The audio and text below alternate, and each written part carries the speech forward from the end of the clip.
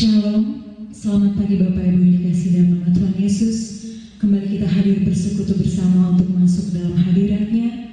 Meskipun terpisah satu dengan yang lain, tapi kita percaya Roh Allah hadir untuk mengurapi umat-Nya yang memuji dan menyembah nama-Nya. Lord, I wanna come to you. Kita angkat pujian ini.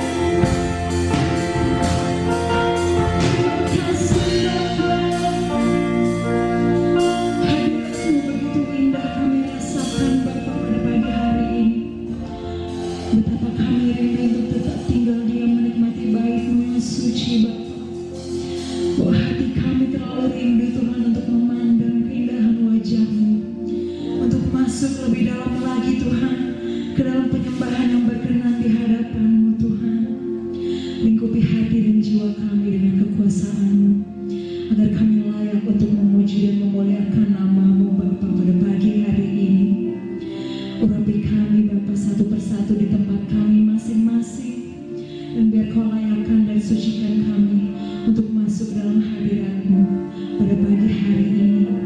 Dan biar Kau yang tutup bungkus jalannya ibadah ini dari awal hingga pada akhirnya Tuhan. Dimuliakanlah nama-Mu kekal sampai selama-lamanya. Amin. Kita tetap memuji di dalam hadirat-Nya, karena hanya Dialah Raja yang layak terima sembah dan segala puji. Amin. Kita angkat pujian ini. Dialah Raja.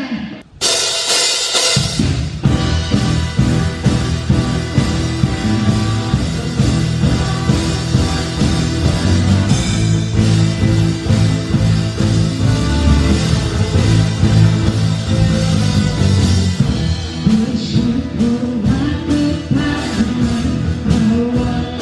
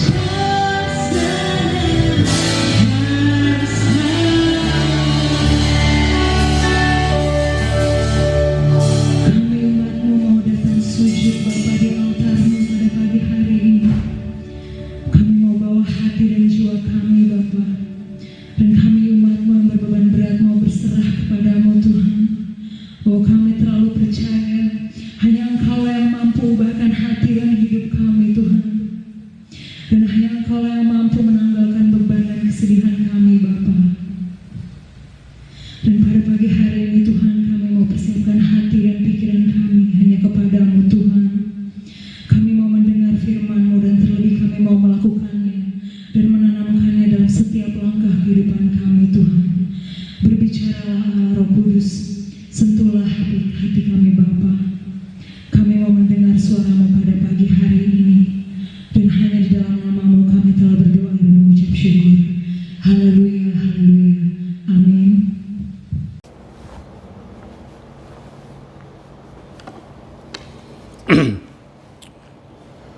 Shalom, puji nama Tuhan.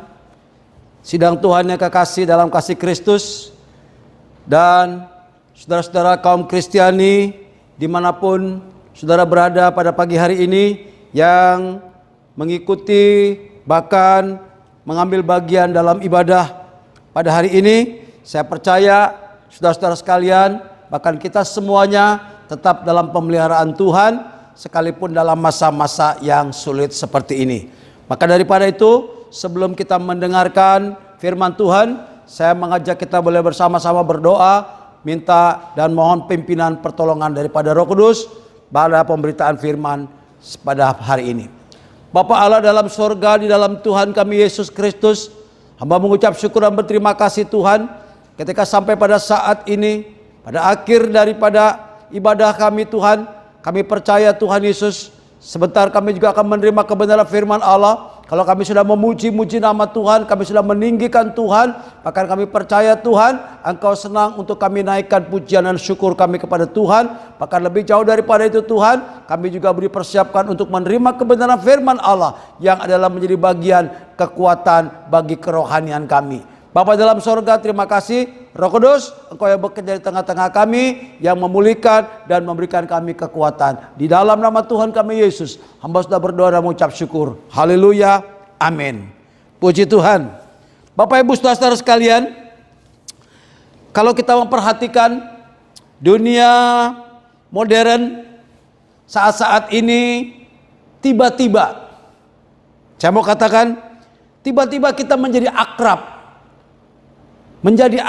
dengan teman seperjalanan manusia sejak masa dahulu kala. Teman seperjalanan sejak lama dalam sejarah manusia, yaitu yang namanya, yang disebut dengan ketakutan eksistensial dan ketakutan akan kematian. Dua ketakutan inilah yang menjadi akrab dengan saudara dan saya, bahkan seluruh penduduk dunia ini pada hari-hari terakhir ini. Dimana kalau boleh kita tahu, ketakutan demi ketakutan yang sedang menghantui dan sedang terus-menerus membayang-bayangi kehidupan manusia. Kenapa demikian? Oleh karena kita boleh sama-sama tahu bahwa pada hari-hari ini, ya, di dunia ini belum ditemukan vaksin atau obat antibiotik untuk penangkal daripada virus COVID-19 ini. Maka daripada itulah, kalau kita mendengar beberapa waktu yang lalu, pemimpin negara kita mengatakan bahwa kita bangsa Indonesia atau rakyat, kita juga harus membiasakan atau mengubah paradigma sehingga kita bisa berdampingan, hidup berdampingan dengan virus COVID-19 ini. Ada alasan-alasannya. Kenapa? Oleh karena memang vaksin belum ditemukan sampai pada hari ini.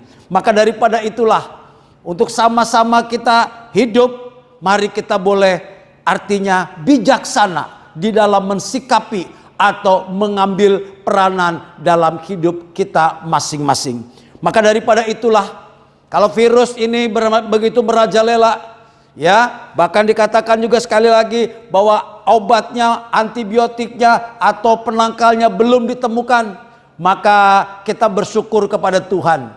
Saya katakan kita bersyukur, saudara dan saya kita bersyukur. Oleh karena apa? Oleh karena kita sudah punya, ya, satu metode. Maka daripada itulah, mari pada pagi hari ini saya mengajak kita sekalian, mari kita menemukan sumber daya Saya mau katakan ada sumber daya yang dahsyat, yaitu sumber daya moral ya, yang dapat Bapak Ibu sekalian adopsi, yang dapat kita miliki untuk apa? Untuk mengatasi virus COVID-19 ini. Ada sumber moral ya yang berpotensi untuk apa? Untuk menangkal daripada ketakutan akan kematian, ketakutan yang eksistensial tadi yang saya katakan. Sehingga apa? Sehingga terjadi ada sebuah kehidupan yang mengalami pertumbuhan. Silakan virus bertumbuh, tetapi saudara dan saya, engkau tidak dipengaruhi dan tidak dibayangi oleh ketakutan akan hal ini. Kenapa? Karena saudara sudah menemukan yang namanya tadi itu daya moral yang dapat menangkal, menanggulangi, bahkan mengalahkan setiap serangan demi serangan yang menghantui kehidupan manusia. Saudara-saudara kekasih dalam Tuhan, mari kita mau temukan yaitu sumber moral tersebut yang menjadi kekuatan bagi kita sebagai orang-orang percaya. Saya mau kutip satu ayat terlebih dahulu sebagai dasarnya di dalam 2 Tawarik pasal 15 ayat yang ke-7. Demikian firman Allah, 2 Tawarik pasal 15 ayat yang ke-7 yang mengatakan, tetapi kamu ini kuatkanlah hatimu, jangan lemah semangatmu, karena ada upah bagi usahamu. Wah, ini adalah sebuah ungkapan ya, nubuat, bahkan perintah yang disampaikan oleh Imam Azaria kepada Raja Asa yang memerintah di negeri Yehuda pada saat ini. Dalam kitab 2 Tawarik pasal 15 ini kita tahu Raja Asa adalah merupakan keturunan daripada Raja Daud. Raja Asa adalah seorang raja yang takut akan Tuhan. Bahkan firman Allah mengatakan dia melakukan apa yang berkenan di depan mata Tuhan. Kalau saya kutip juga dalam 2 Tawarik pasal 14 ayat yang kedua mengatakan Asa melakukan apa yang baik dan yang benar di mata Tuhan. Maka judul firman Allah pada pagi hari ini saya beri judul melakukan apa yang baik dan benar. Melakukan yang baik dan yang benar itu bukan sesuai dengan konsep kita pemikiran manusia, tetapi mari kita padankan dengan firman Allah, di mana firman Allah tadi mengatakan kepada Raja Asa, yaitu sebuah perintah dikatakan, tetapi kamu ini, sekalipun dalam masa-masa itu Raja Asa dalam keadaan tekanan demi tekanan, yaitu dia di bawah tekanan daripada kerajaan yang lain. Peperangan akan terjadi, tidak ada keamanan terjadi, semuanya terjadi kekacauan di dalam negeri Yehuda pada saat itu. Ya, kota melawan kota, bangsa melawan bangsa terjadi kekacauan, terjadi kerusuhan yang besar-besaran. Bahkan ada satu ayat yang mengatakan, kalau saya boleh kutip pada ayat 5 dari 2 Tawarik pasal 15 tadi mengatakan, pada zaman itu tidak dapat orang pergi dan pulang dengan selamat. Artinya apa? Artinya tidak ada jaminan untuk selamat, tidak ada jaminan kita hidup damai, tidak ada jaminan untuk hidup sejahtera. Keadaan kacau, semuanya serba kacau pada saat itu. Oh, sangat menderita sekali bangsa ini. Oleh karena permusuhan, oleh karena pertentangan, ada berbagai macam kerusuhan dan ada berbagai macam gejolak sosial yang terjadi pada saat itu. Demikian juga pada hari-hari ini. Kalau boleh kita sama-sama menyimak dengan baik akibat virus COVID-19 ini yang sudah cukup lama. Dari sejak awal tahun, ya diprediksi awal tahun, bahkan mungkin kita di negeri kita dari mulai bulan Maret atau Februari akhir, ya, maka terjadi kekacauan, terjadi sebuah ketidakseimbangan. Maka daripada itulah antara kesehatan yang perlu juga untuk diperhatikan, tetapi dalam satu sisi ekonomi mengalami dampak. Jadi di satu sisi ada masalah ekonomi, di satu sisi adalah masalah kesehatan. Nah, bagaimana kita bisa menjembatani kedua persoalan ini sehingga kita boleh selamat? Dan akibat daripada dua sektor yang perlu perhatian ini, ada satu sektor lagi yang tidak kalah, yang tidak boleh diabaikan, yaitu sektor sosial. berdampak terjadi ketimpangan-ketimpangan sosial terjadi. Maka tidak heran di sana sini banyak timbul persoalan demi persoalan, baik persoalan keamanan, persoalan kedamaian, ketentraman di antara anak bangsa dan sebagainya terjadi. Maka daripada itu Bapak Ibu sekalian, mari kita boleh menemukan yang namanya sumber daya moral ini untuk menjadi kekuatan dan penangkal bagi kita sehingga kita boleh menang. Sebagaimana firman Allah tadi yang ayat yang mengatakan bahwa kamu akan menerima upah, ada upah bagi usahamu. Oh haleluya. Mari kita boleh belajar. Pada sore hari ini pada pagi hari ini saya hanya ingin meneram hanya sedikit saja. Ada 3 hal yang patut untuk kita perhatikan. Bagaimana supaya kita bisa menemukan yang namanya tadi sumber moral, sehingga ada sesuatu hal yang baik dan yang benar untuk kita lakukan di hadapan Allah bagi saudara dan saya. Yang pertama, kalau kita boleh tahu bagaimana firman Allah menasihati, jangan berputus asa. Nah, ini Raja Asa pada waktu itu sudah mulai putus asa. Oleh karena dia masih muda waktu dia naik takhta. Tetapi kekacauan terjadi. Persoalan bangsa begitu carut marut terjadi. Tapi untung ada firman Allah yang mengingatkan kepadanya lewat Imam Asaria tadi. Bahkan firman Allah mengatakan, tetapi kamu. Nah inilah adalah sebuah penunjukan secara pribadi. Keadaan boleh kacau, situasi boleh tidak aman, di sana sini terjangkit banyak penyakit, banyak korban-korban jiwa. Firman Allah mengatakan kepada saya, kepada saudara sekalian secara pribadi, tetapi kamu. Nah, ini yang harus menjadi perhatian bagi kita. Bahkan kita boleh merasakan segala ucapan syukur kita kepada Tuhan karena Allah memperdulikan saudara dan saya.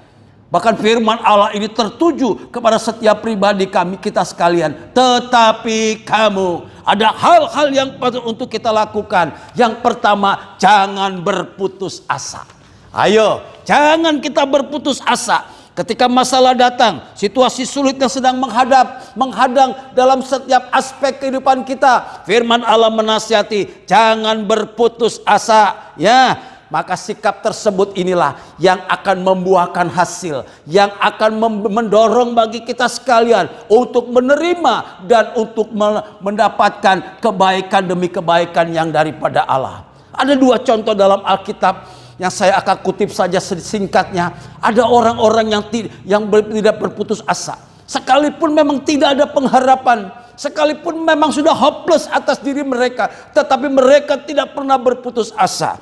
Kalau boleh saya mencatat dalam Injil Lukas pasal 17 ayat 11 sampai 19. Di sana dikatakan ketika Tuhan Yesus sedang berjalan menyusuri perbatasan antara Galilea dengan Samaria, dia sedang menuju ke Yerusalem. Di tengah perjalanan ada 10 orang sakit kusta datang menghampiri. Sekalipun dari jauh mereka berteriak kepada Yesus. Mereka berkata, Yesus Guru, kasihanilah kami.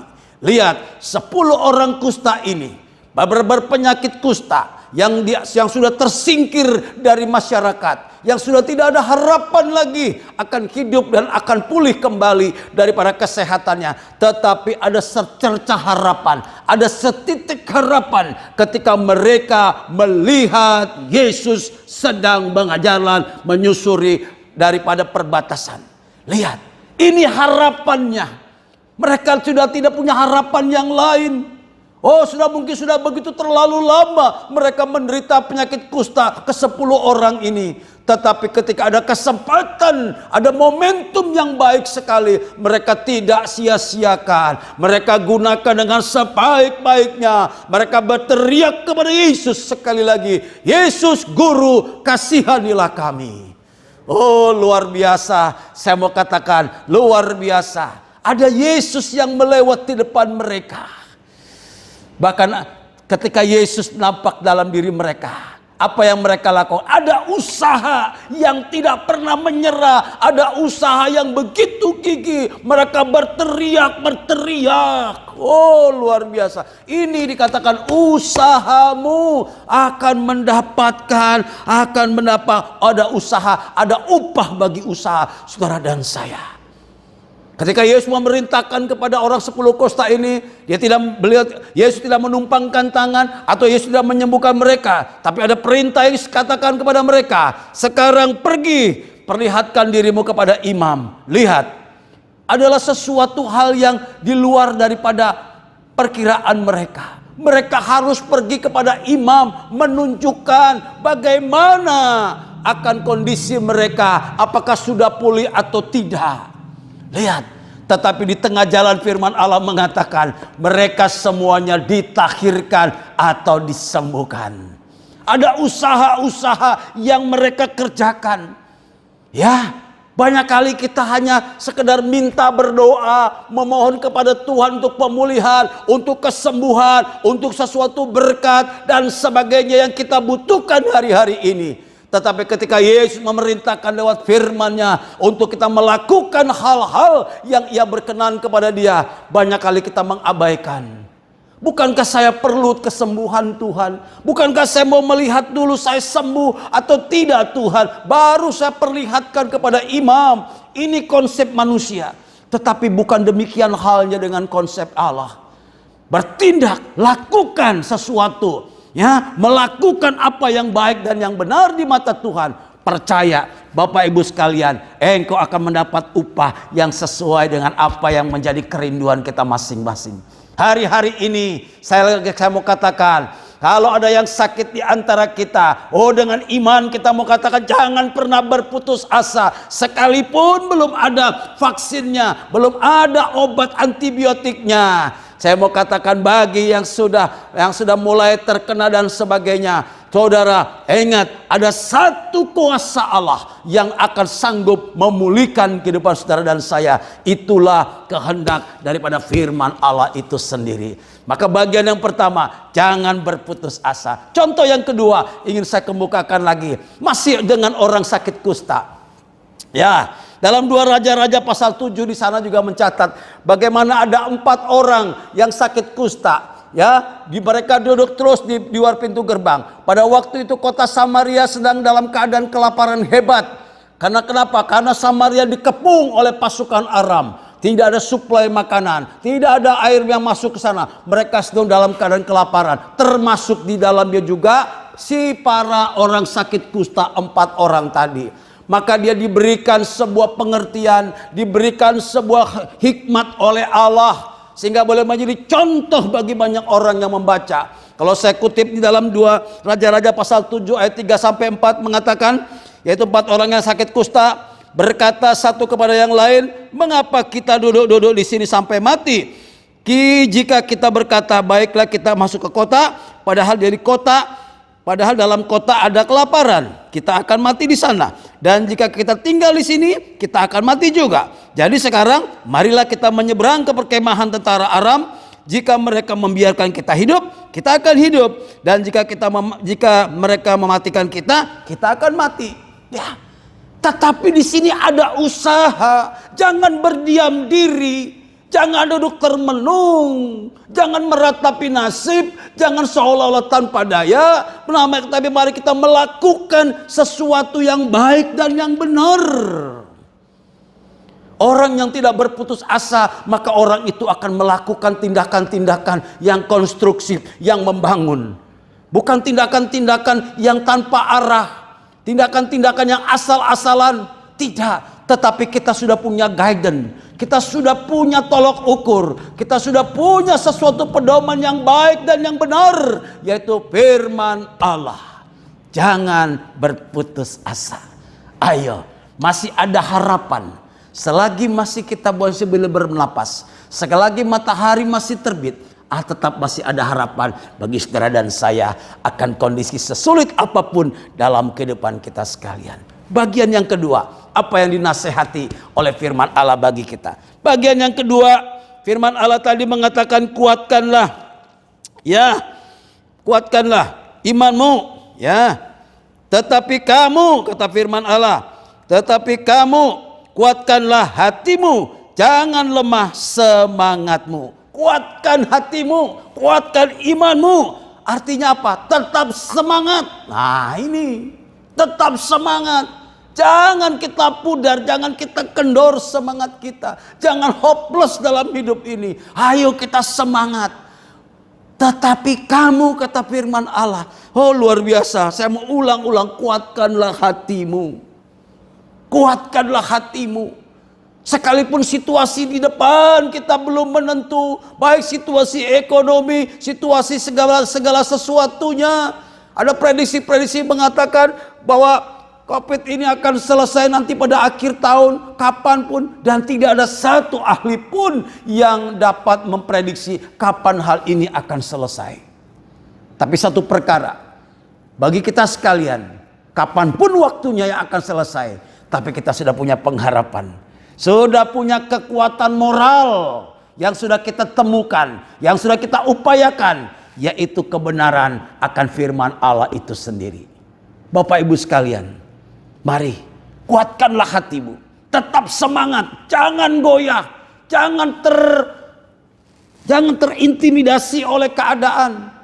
Bagaimana ketika juga ada satu contoh ketika Yosua, waktu ia menggantikan daripada Musa sebagai pemimpin bangsa Israel, Yosua diperintahkan oleh Allah untuk menyeberangi sungai Yordan. Ada janji-janji yang diberikan, bahwa tanah yang akan diinjak adalah menjadi milikmu, dikatakan.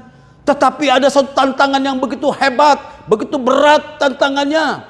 Yang dilihat oleh pengintai-pengintai, 12 orang pengintai yang dikirim. 10 pengintai mereka memberikan laporan yang menakutkan dan yang mengintimidasi. Lihat, bagaimana kondisi kotanya yang berkubu-kubu, ada benteng-benteng, penduduknya dan sebagainya.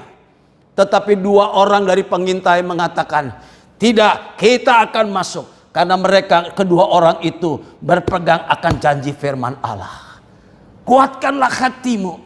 Maka Allah memerintahkan kepada Yosua, ayo seberangilah sungai Yordan itu.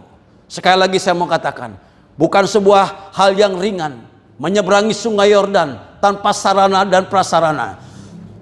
Tetapi Allah sudah memberikan kuasa dan mujizatnya. Ketika Yosua dengan bangsa Israel taat akan perintah Allah, melakukan firman Allah, melakukan apa yang benar dan yang baik di mata Tuhan, maka terjadi mujizat.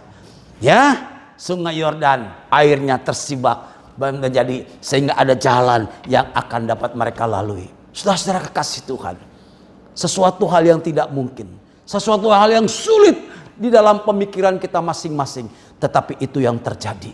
Maka daripada itu kita boleh belajar, jangan kehidupan rohani kita, jangan hati kita itu dikuasai oleh keadaan, jangan dikuasai oleh situasi. Ya, ketika situasi mencekam, situasi sulit, situasi tidak pasti dan sebagainya, maka mudah sekali akan menurunkan kualitas dan kadar rohani kita. Mulai rohani kita drop, mulai kita semangat kita mulai turun, mulai kendor dan sebagainya. Itu iman kita seperti iman, saya mau katakan termometer. Ya, ada alat ukur suhu tubuh. Termometer bekerjanya sesuai dengan keadaan, dengan suhu badan seseorang, berbeda-beda. Tetapi saya mau katakan, iman Bapak Ibu dan saudara sekalian, kita bukan iman yang termometer, tapi harus yang menjadi iman satu hal yang patut saya mau katakan, namanya termostat. Nah, dalam teknik ada istilah termostat. Termostat adalah sebuah alat yang memaintain atau yang menguasai suhu daripada sebuah media atau zat cair dalam sebuah sistem.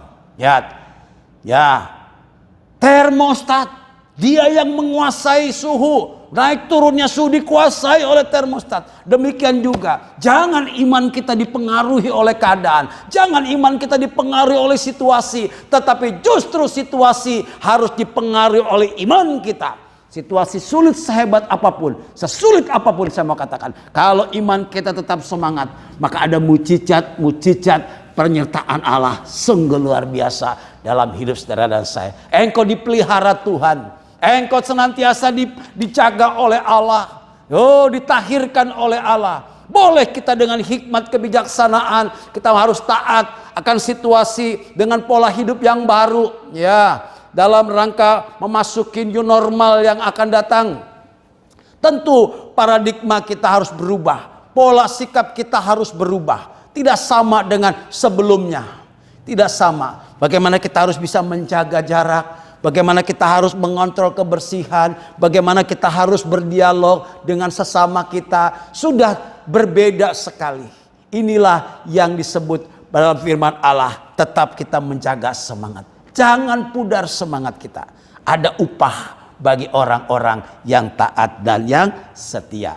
Bagian yang ketiga, yang terakhir, ya, supaya kita boleh sama-sama, boleh melakukan apa yang baik dan yang benar di hadapan Tuhan. Yang ketiga, tetap mengucap syukur kepada Tuhan.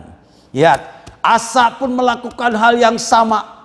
Lihat, kalau Bapak Ibu sekalian boleh teliti dalam kitab 2 Tawarikh pasal 15, Raja Asa ketika mereka sudah memenangkan, mereka taat melakukan bagiannya.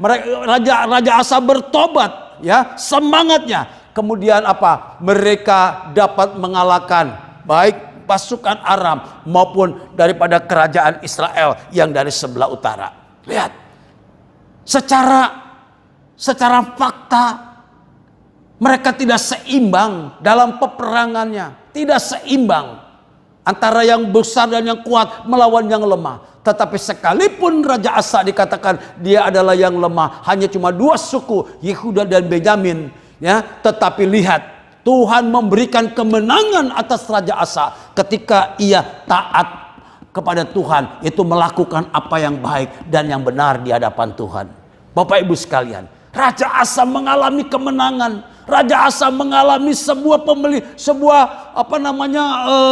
kemenangan yang hebat sekali. Bahkan dikatakan Raja Asa juga dapat mengambil atau merampas daripada kekayaan bangsa Aram. Ada emas, perak, ada berbagai macam hal yang menjadi kekayaan bangsa Aram yang dibawa pulang oleh Raja Asa pada waktu itu. Oh, sungguh luar biasa. Ada kemenangan, ada mujizat terjadi. Yang ketiga, Raja Asa apa? Raja Asa melakukan persembahan, melakukan bersyukur kepada Tuhan, ya, bersyukur kepada Allah.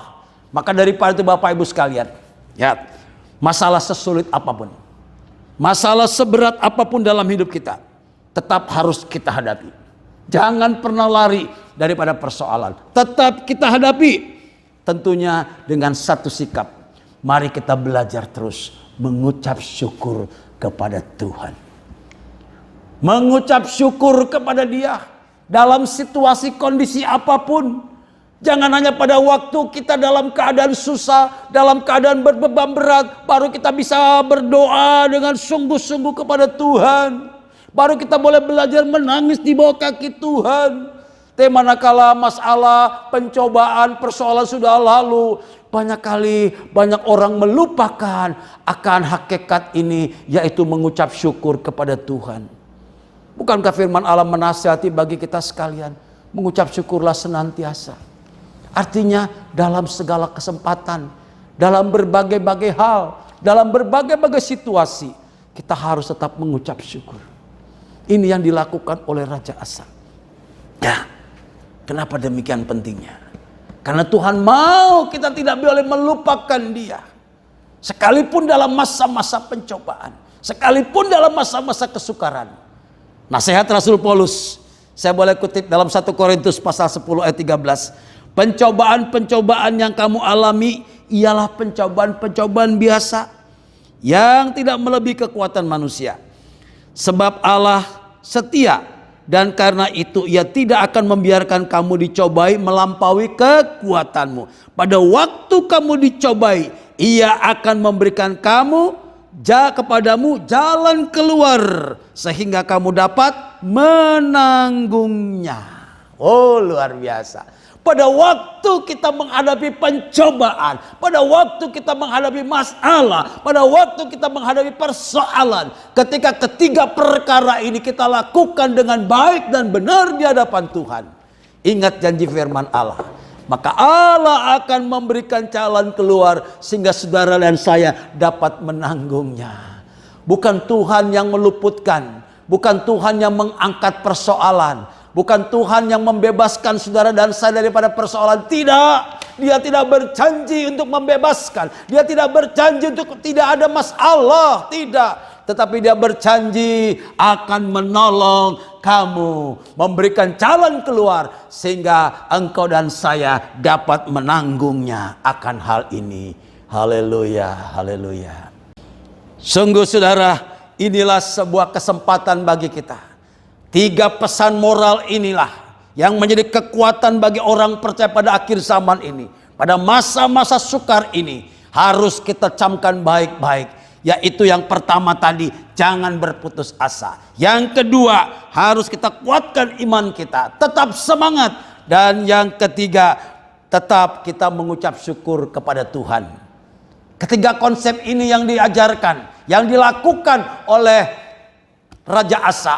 Maka pada waktu dia mengalami kemenangan, pada waktu Raja Asa mengalami sebuah kegemilangan di dalam perjuangannya, Raja Asa membawa korban ucapan syukur yang sungguh luar biasa. Saya mau kutip ayat yang terakhir dalam 2 Tawarik pasal 15, ayat yang ke-11 mengatakan bagi kita sekalian.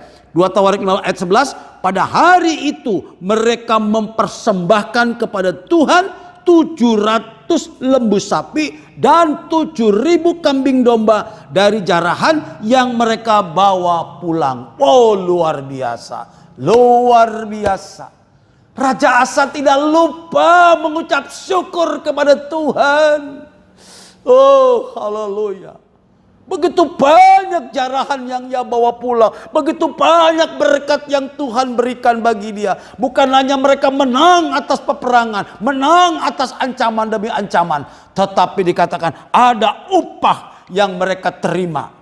Maka sebagai buktinya mereka membawa korban kepada Tuhan. Ada persembahan yang ia lakukan bagi kepada Tuhan sebanyak 700 lembu sapi dan 7.000 kambing domba. Angka 7 ini berbicara mengenai angka kesempurnaan, angka penggenapan. Cukup, inilah nilai yang Tuhan izinkan, yang berkenan kepada Allah dalam persembahan. 700 dan 7.000 kambing domba. Ada nilainya, ada nominalnya. Ya, mengucap syukur harus mencapai nominal yang Tuhan berkenan bagi orang percaya. Bukan dengan sebuah keadaan, bukan dengan sebuah tanpa tujuan. Ayat ini 700 dan 7.000, tetapi ini adalah angka perkenanan Allah bagi Raja Asa. Demikian juga angka perkenanan Allah bagi gereja Tuhan harus tetap ada nominalnya. Bukan sembarangan. Ada target-target Allah atas Bapak diri kita sekalian. Ya, bukankah firman Allah selalu mengajarkan bagi kita untuk membawa korban persembahan, baik dalam keadaan apapun juga, tetap persembahan korban kita bawa kepada Tuhan. Yaitu sebesar berapa? 10% yang Tuhan minta. Yang Tuhan berkenan di hadapan Tuhan. Bukan Tuhan membutuhkan 10% apa yang menjadi berkat kita. Tidak. Tetapi yang Tuhan melihat bagaimana rasa syukur kita. Rasa ucapan terima kasih kita. Dalam segala keadaan tetap kita mengucap syukur. Baik keadaan sehat, dalam keadaan sakit, dalam keadaan diberkati atau berkekurangan, tetap engkau mengucap syukur. Pasti ada berkat yang tetap kau terima sebagai saudara dan saya. 10% itu milik Tuhan. Harus kita bawa.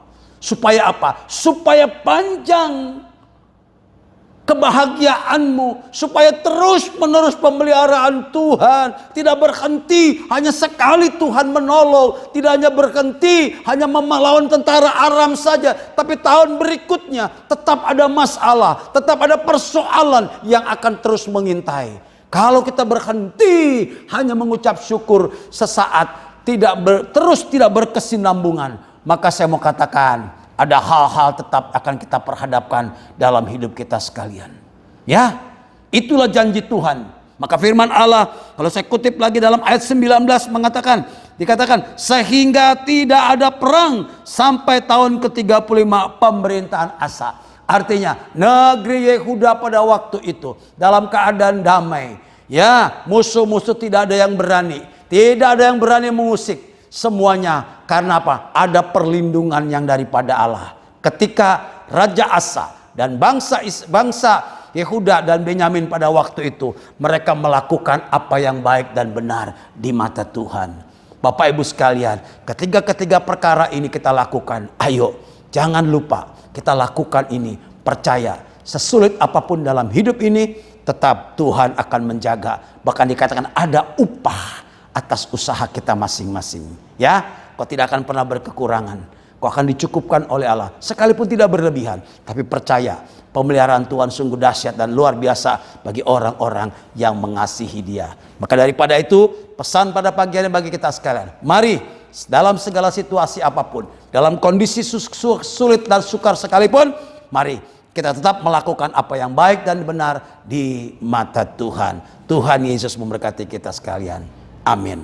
Mari Bapak Ibu sekalian, kita berdoa untuk merespon kebenaran firman Allah dan untuk memeteraikannya dalam kehidupan kita masing-masing. Kita minta Allah Roh Kudus yang memberikan kita sekalian kekuatan dan kepastian akan setiap kehidupan kita ini. Bapa Allah dalam sorga, terima kasih Tuhan Yesus. Hamba-Mu sudah berhenti berbicara Tuhan, menyampaikan kebenaran firman Allah. Tetapi hamba percaya Tuhan, Roh Kudus tidak hanya berhenti hanya sampai di sini, tapi terus akan mengerjakannya dalam setiap kehidupan kami, sehingga memampukan setiap kami sekalian untuk boleh berjalan bersama-sama, baik dengan ketakutan ataupun dengan ketakutan secara kematian. Kenapa demikian pentingnya Tuhan? Karena kami sudah punya pesan moral. Kami sudah punya kekuatan moral, yaitu firman Allah yang menjadi kunci jawaban atas setiap persoalan kami. Tuhan Yesus, tolonglah setiap kami sekalian Tuhan, baik saudara kami yang beribadah di rumah masing-masing pada hari ini Tuhan. Tuhan tolong mereka, berikan kekuatan penghiburan. Kalau ada yang sakit pada hari ini Tuhan, hamba berdoa dalam nama Yesus, kiranya Tuhan boleh menyembuhkan, boleh mentakhirkan, sehingga kami boleh kembali beribadah kepada Allah, kebenaran takut dan sungguh-sungguh kepada Tuhan. Terima kasih Bapa. Mau berdoa juga Tuhan bagi saudara-saudara kami umat Kristiani yang pada hari ini juga boleh mengambil bagian dalam ibadah atau yang menyaksikan ibadah ini Tuhan. Mereka juga diberkati oleh Tuhan. Pertetapkan iman mereka Tuhan, supaya mereka tidak goyah dalam kehidupan dalam masa-masa sulit ini. Terima kasih Bapa. Kami percaya Tuhan ada upah bagi setiap orang yang sungguh-sungguh mencari Tuhan dalam hidupnya. Kami percaya juga Tuhan Yesus, Kau menyertai bagi bangsa dan negeri kami, bagi kota kami Tuhan, dan bagi pemimpin-pemimpin bangsa kami Tuhan, supaya mereka sekalian boleh bekerja sesuai dengan pimpinan pertolongan daripada Tuhan Yesus yang menjadikan kehidupan kami ini. Terima kasih Bapa, peliharalah kami sekalian Tuhan, sampai waktu Tuhan datang kembali, supaya kami ke dalam keadaan tetap setia dan tetap dalam pemeliharaan Tuhan sampai Tuhan datang. Terima kasih Bapa. Sebentar kami mau akan kembali kepada kehidupan kami. Mari Tuhan tolong, Tuhan pimpin dan sertai, bahkan lengkapi kami dengan berkat-berkat yang daripada Allah. Sekarang saudara-saudara yang sah dalam iman, terimalah berkat yang daripada Allah. Tuhan memberkati engkau dan melindungi engkau. Tuhan menyinari engkau dengan wajah-Nya dan memberikan kau kasih karunia. Serta Tuhan menghadapkan wajah-Nya kepadamu, memberikan kau damai sejahtera di dalam Tuhan kami Yesus Kristus, dan persekutuan kuasa Roh Kudus adalah menyertai kita sekalian mulai pagi hari ini sampai Tuhan datang kembali. Terpujilah nama Tuhan. Haleluya, haleluya, amin. Selamat pagi, Tuhan Yesus memberkati kita. Usai sudah ibadah pada pagi hari ini, kita menyatakan pujian